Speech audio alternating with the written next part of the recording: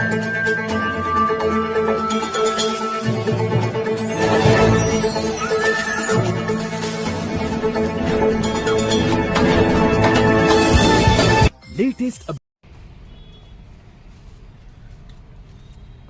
हम आज संकट मोचन हनुमान मंदिर गौशाला में हैं। गौशाला का जीर्णोद्धार चल रहा है। पुरानी इस गौशाला में बड़ी संख्या में गाय हैं, देसी हैं वो सब। और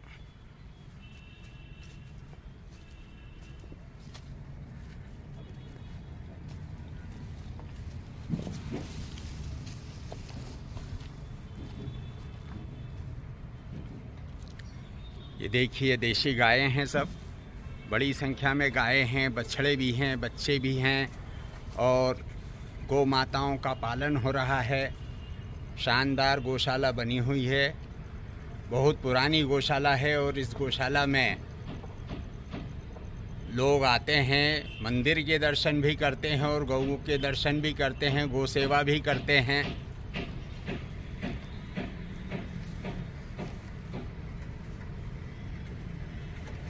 वो बन रही है ना गौशाला।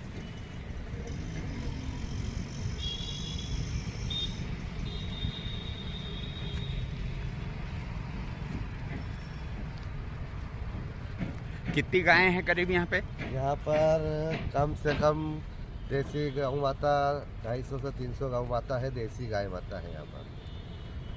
250-300 गायें हैं, सब देसी हैं? सब देसी गाय माता है यहाँ पर, जर्सी नहीं रखी जर्सी।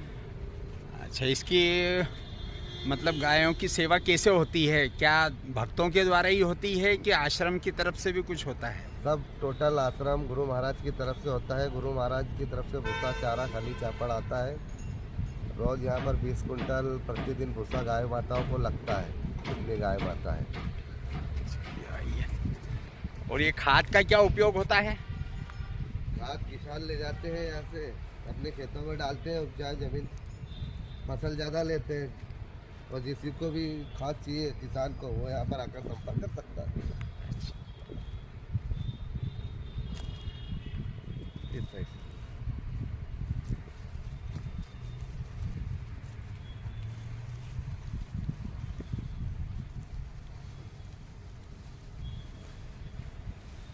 जय सीताराम।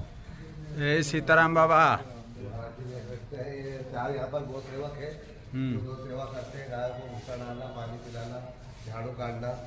ये गौशाला है जी, ये नई गौशाला? नहीं, जीर्णोद्धार हुआ है। जीर्णोद्धार हुआ मतलब नया निर्माण हुआ है। सेवक है, ये गोकुल वैसा है जी। आप देखिए पानी की गुहार यहाँ पर बना रखी है। गाय माता को जब प्यास लगे जब पानी पी सकती है। भूसा डालने वाला है। अब ये सफाई होने के बाद गोबर उठ चुका है। गोपालन कैसे होना चाहिए, किस तरह से होना चाहिए, यह इस गौशाला को देखकर लगता है बहुत पुराना आश्रम है यह। और इस आश्रम में गाय की सेवा होती है। गाय की सेवा के लिए बाकायदा पानी की भी कुंडी बनाई गई है और भूसे के लिए भी कुंडी बनाई गई है। लाइन से गायें खड़ी हुई है, वे अपना आहार भी लेती है और जल भी लेती है। बताएं क्या गौशाला के निर्माण में यह पुनर्निर्माण हो रहा है, जीर्णोद्धार हो रहा है, ये क्या व्यवस्थाएं हैं? आप जैसा देख रहे हो कि हरा चारा यहाँ पर कंटिन्यू गौ माता को डलता रहता है।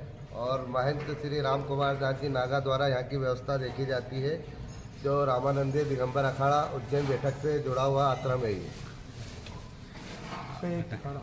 गौ सेवा किस तरह से होती है? क्या यहाँ पर प्रतिदिन प्रातःकाल 5 बजे से लेकर रात के 11 बजे तक भक्तों के द्वारा हरा चारा गायों को खिलाया जाता है। बाकी हमारे आश्रम से संबंधित हमारे महंत जी के द्वारा यहाँ पर गौ सेवक परमानेंट रहते हैं, जो अपनी गायों की सेवा में 24 घंटा तत्पर हैं। कोई भी गाय को कहीं पर कोई वैसी व्यवस्था दिखती है। महाराज बताएं, ये गायों को यहीं पे पूरी व्यवस्था होती है या कहीं चरने के लिए ले जाए? 24 घंटा यहीं पर। चरने की कोई जमीन नहीं है। हमने प्रशासन से हम मांग करेंगे कि इनको जमीन दी जाए, यहाँ से 10-20-30 किलोमीटर, जो वहाँ पर रख के इनको चरने की भी व्यवस्था रहे। इनको चरा के ज़्यादा गाय हो जाएगी फसल तो उनको जगह की भी जरूरत पड़ेगी। अच्छा, दूध का क्या उपयोग होता है? दूध यहाँ पर गौ सेवक पाते हैं और साधु संत तो चाय उसमें लगता है। कितना दूध होता है करीब? यहाँ पर 10-12 लीटर दूध होता है प्रतिदिन। गाय 8 से 10 गाय दूध देती है, बाकी सब निराश्रित गाय हैं और 80-70-80 नंदी है यहाँ नंदी। अच्छा, सरकार भी गौशालाओं को कुछ मदद कर रही है, तो उसमें कहीं अपना यहाँ पर सरकारी अनुदान कुछ नहीं है। महेंद्र जी के द्वारा ही पूरा यहाँ का व्यवस्था देखी जाती है। ठीक। सरकार का यहाँ पर कोई अनुदान नहीं मिलता। गौलोक धाम में संकट मोचन दिगंबर अखाड़े में अनवरत कई वर्षों से, नहीं तो कम से कम 35 वर्षों से रामचरितमानस का अखंडात्मक शब्द महायज्ञ चल रहा है।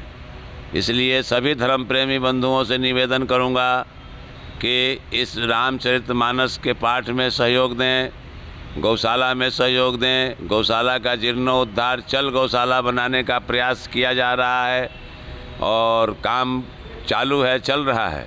इसलिए कोई भी भक्तगण इस स्वचालित गौशाला को निर्माण में सहयोग देना चाहता है, वो हमारे इस कोड नंबर पे वो कर सकता है। इसका फेस नंबर डाल देना है हमारा पेटीएम का फेस इसमें डालोगे तो उसमें उस नंबर के द्वारा इस गौशाला में वो दान राशि बराबर लगेगा और गौ माता की जय जयकार होगी।